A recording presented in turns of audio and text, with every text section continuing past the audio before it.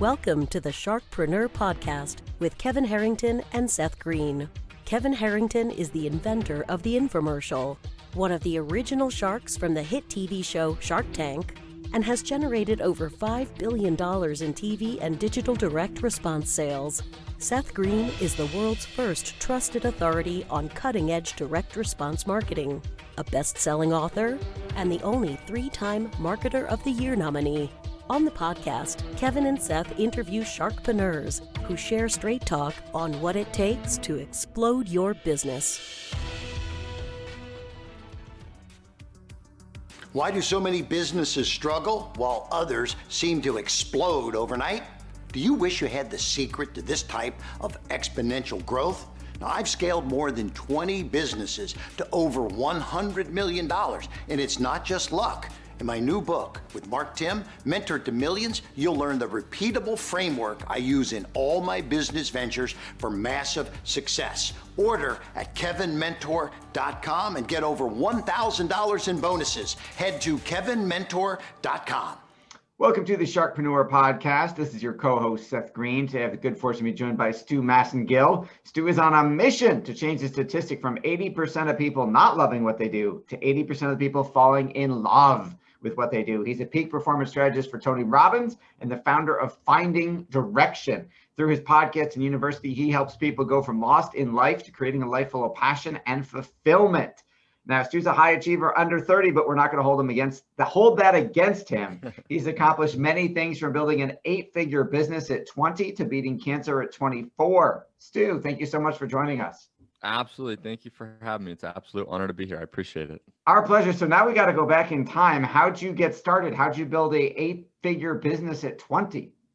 Yeah. So to break it down in a short story, I sort of grew up as the shy, quiet, more so kind of introverted person. And when I was the perfect recipe to go work for Tony Robbins. Yeah, not to start.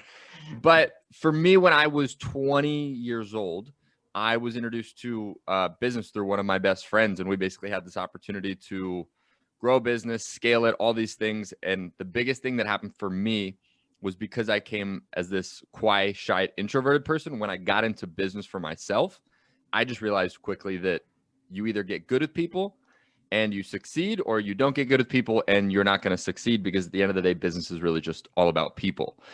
And so for me, I went through this massive obsession of how do I get good with people, with communicating, networking, all these different aspects.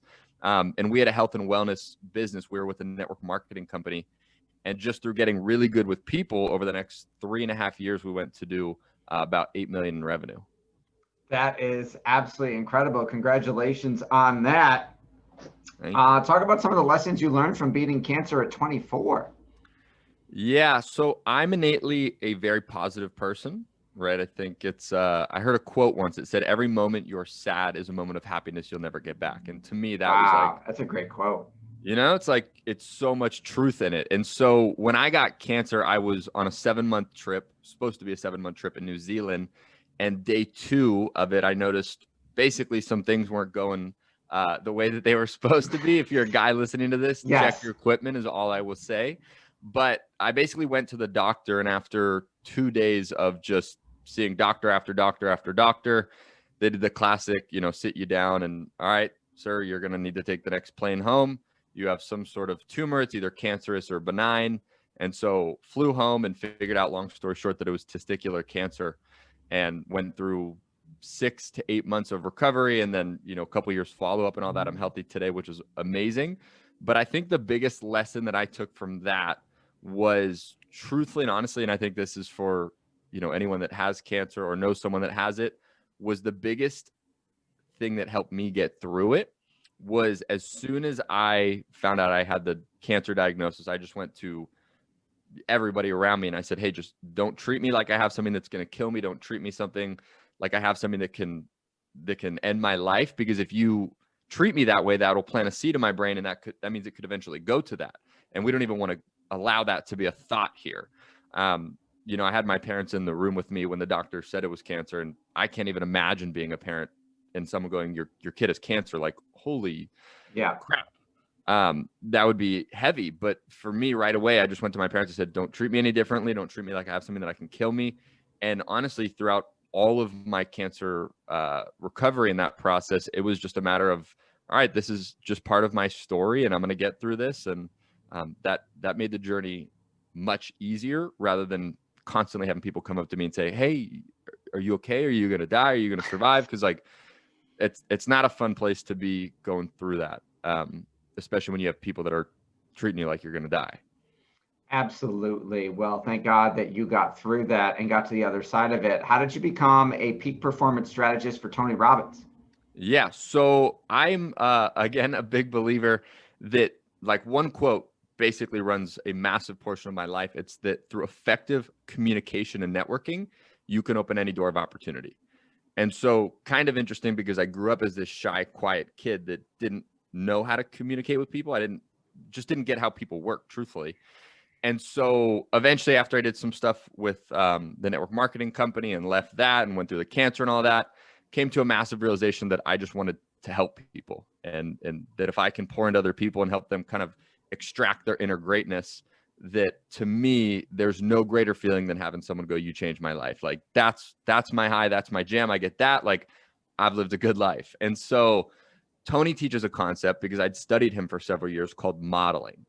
And right, it's often concept for entrepreneurs. Clues, yes. Yeah, it's like find someone who has what you want. And if you can do what they do, if you can model them, you can shrink decades into years. And so for me, I see myself as an entrepreneur and will continue to grow the companies I have. But I figured if I could work for someone like Tony Robbins, who in my eyes, I call him the GOAT, the greatest of all time, right? He's made an incredible impact. If I could learn from him, study from him, and the best way to do it is working directly with him, that it would just be a massive game changer. And it has. And so how I did that and how I got there was ultimately just through meeting the right people, networking with the right people. I had a friend who had a friend who knew a guy who had a friend that was in the company. And long story short, here I am. Awesome. And what do you like best? How long have you been doing that? And what do you like best about it? Yeah, so I've been with Tony about a year, a little bit over a year now. And I would say two parts are my two favorite parts if I get to pick two. One is just genuinely bringing the teachings of Tony Robbins to people all over the world. I'm in front of hundreds of people a week talking and teaching Tony's different content, and the massive impact that I get to make on people's life is just, I feel lucky to say that's what I do. So I would say that's one, is just being able to like impact people in such an incredible way because of the opportunity from Tony Robbins is huge. And then the second part is because I'm in that world and I work with Tony and I'm around him, just to be able to learn and study and pick up the teachings, and especially in this pandemic, see how he's shifted through that. It's been a master's degree on steroids. I bet. What is Finding Direction and what inspired you to start it? Yeah. So when I was 22, right, or 22 to 24, sort of right around the cancer time, I was going through a big phase in my life where I had basically a business that I loved. I was living the cliche saying of if you love what you do, you never work a day in your life. Like it was phenomenal. I was enjoying my life. And basically overnight, some stuff happened with the company. I had to shift places and I went in this deep, painful place of just what am I going to do with my life? Why am I here? What's my purpose? And just feeling entirely lost. And it was, to me, the most painful thing I've ever been through, worse than the cancer for me.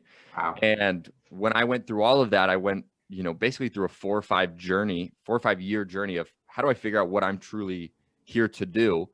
That's kind of what's landed me with Tony Robbins. But through going through all of that, I realized there's so many other people that struggle with that question of what do you want to do with your life? Like it is one in of the every age. I don't know if my dad still knows what he wants to be when he grows up. I joke with him and ask, hey, Dad, what do you want to be when you grow up? I don't know yet. I'm never going to grow up. Yeah. And it has so much weight to it. Right. And so what I do with Finding Direction, really where that was sprouted, is I figured, number one, at first, I don't know all the answers on how to figure out your life, but there's phenomenal people in the world that have figured it out, that live passionate, fulfilling lives. So if I can have conversations with them, reverse engineer their life, we can figure out how they found direction. So that's where the podcast came. And after doing that for almost 2 years now, we basically accumulated all the learnings, all the teachings, and then all the experience from my life And we've built a university where we bring people through this process of truly not knowing what they want to do and taking them through our process. And at the end, not only having clarity on what they want to do, but I think the most important part is executing on actually making that a reality, because you could have all the ideas, all the wishes, all the knowings of what you want to do. But the question is, can you execute on that and make that your actual life? And so that's what I love helping people do. It's a blessing to be able to do it every day. Absolutely. Sounds fascinating. Who is an ideal client or customer for Finding Direction University? Yeah, I would say the ideal client customer is anyone that's basically post-college, right? So, 22, 23, all the way up to, I would say 35, people that are just figuring out what it is that they want to do with their life, whether, again, you're post-college, right? You're maybe a couple years out and you're maybe been in this job a couple years and you're like, this isn't really what I thought it was going to be, or this isn't really what I wanted to do, but I'm in this place now, or people that are just in the last couple of years of college. You've achieved an immense amount in a very short period of time. What's your biggest challenge now? I would say my biggest challenge is, it's a good question. My biggest challenge,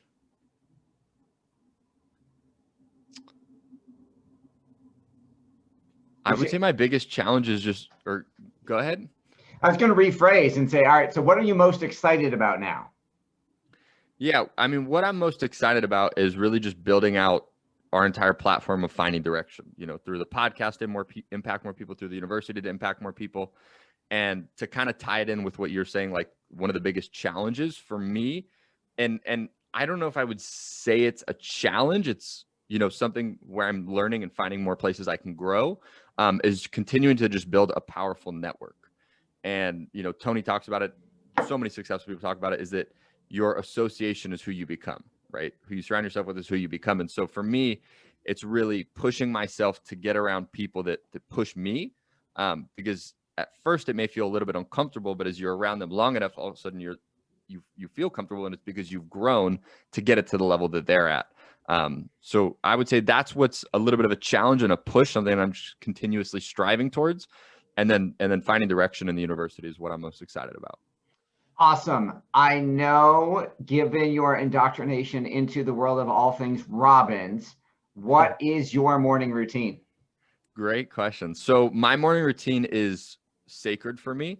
I wake up, first 30 minutes, I just eat breakfast, kind of wake up, have a bowl of oatmeal or something like that. It's kind of different all the time, but I'll have breakfast. And then from there, I do something called priming, which is something Tony Robbins teaches. And I've incorporated that with a teaching from Bob Proctor, which is practicing gratitude. So I do this priming exercise. You can look it up on YouTube. It's about 10 to 12 minutes. And then I write 10 things I'm grateful for, 5 of which are in my life, and then 5 of which I want to bring into my life, but I write them as if I've already created them. And then I go into saying them out loud twice. And then I do a prayer. And then that's more or less the morning routine I have. Then I shower, get ready for the day.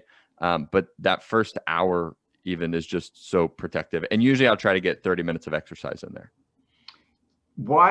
Can you give us an example of somebody who you've helped find direction, what they were feeling, what they were challenged with when they came to you, and then kind of what the other side, that magical transformation looks like? Look at you light up. Yes, please tell me. Yeah. I have one particular person in mind, and it was before we were doing the university, we were doing live events in person. This was pre-COVID, and we would bring people in for basically a 2-hour seminar. We would do a 2-hour workshop and take them kind of through that place of not knowing what they want to do and helping them figure that out. And one of the people that specifically came, I won't mention her name, but she basically had reached out to me saying, hey, this is something I want to do, but I'm like, just reaching out to you is freaking me out, because she was very shy, timid, introverted. And she said, I know this is something that I need to do for my life, but I'm just petrified to even do this. So like, she was like, can you convince me to like come to this thing? Because I know I need to do it, but I'm terrified. Yes. And so she came to this event, and a lot of the things we teach is how you go from introverted and how to really shift that story that you've built for yourself, right? Because ultimately when you're introverted or you don't enjoy conversations with people, it's because you've had experiences as a child that's created in your mind that communication equals pain. So like, we helped her reshift some of these stories, taught her the fundamental skills of communicating and networking. And then I believe it was 30 days after she left our event, within 30 days, she had found this job that she really loved. And she went through the interview process, which before she was like, I would be so terrified to have an interview with someone and just have this conversation. But because of the things that we taught her, she just absolutely crushed it. She got the job. And so I stay in touch with her all the time. And she's, obviously you could see the smile on my face. It was, yeah. That is absolutely beautiful. You've done so many interviews of amazing people. What was your favorite interview and why? One of my favorite interviews was a gentleman named Dan Breezy. And I am a big action sports person. I grew up skateboarding, snowboarding. And so this gentleman, Dan Breezy, he's a 3 times X Games snowboard medalist. And he's just like, again, YouTube him. He's a beast.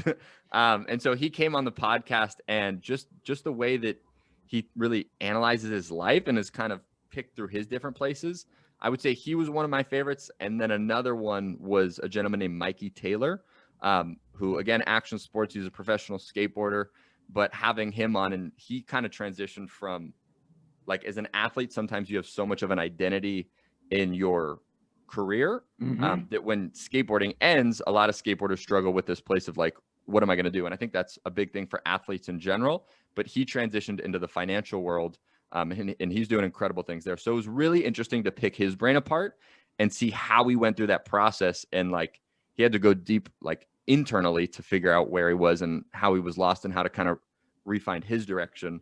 But I would say those are 2 of my favorite. You give advice every day. What's the best advice you've ever gotten? Successful people do what's uncomfortable until it becomes comfortable, and that's why they're successful. And I would say for me, that's something I'm always trying to use as guiding advice in my life, because I'm a person that massively believes success is outside of your comfort zone. You have to push yourself. You have to always be getting uncomfortable to grow as much as you possibly can. And so I have a lot of things that I'll approach in my life or do in my life that, just being vulnerable here, I feel like I'm going to throw up when I think of approaching these, because they feel so uncomfortable. But I'm like, all right, like, if I feel like I'm going to throw up, because it's so uncomfortable, that means like I must do it. And the growth that follows it will be profound. That's probably my favorite guiding advice that I've ever gotten. That is awesome. That is a definite writer downer. We know your time's incredibly valuable. We greatly appreciate you spending some time with us. Where can our folks find the podcast and the university? Yeah, so if people want more information, we give a free ebook away. It's called 5 Steps to Meeting Anyone You Desire for Introverts. And they can get it for free. It's at findingdirectionuniversity.com/giveaway.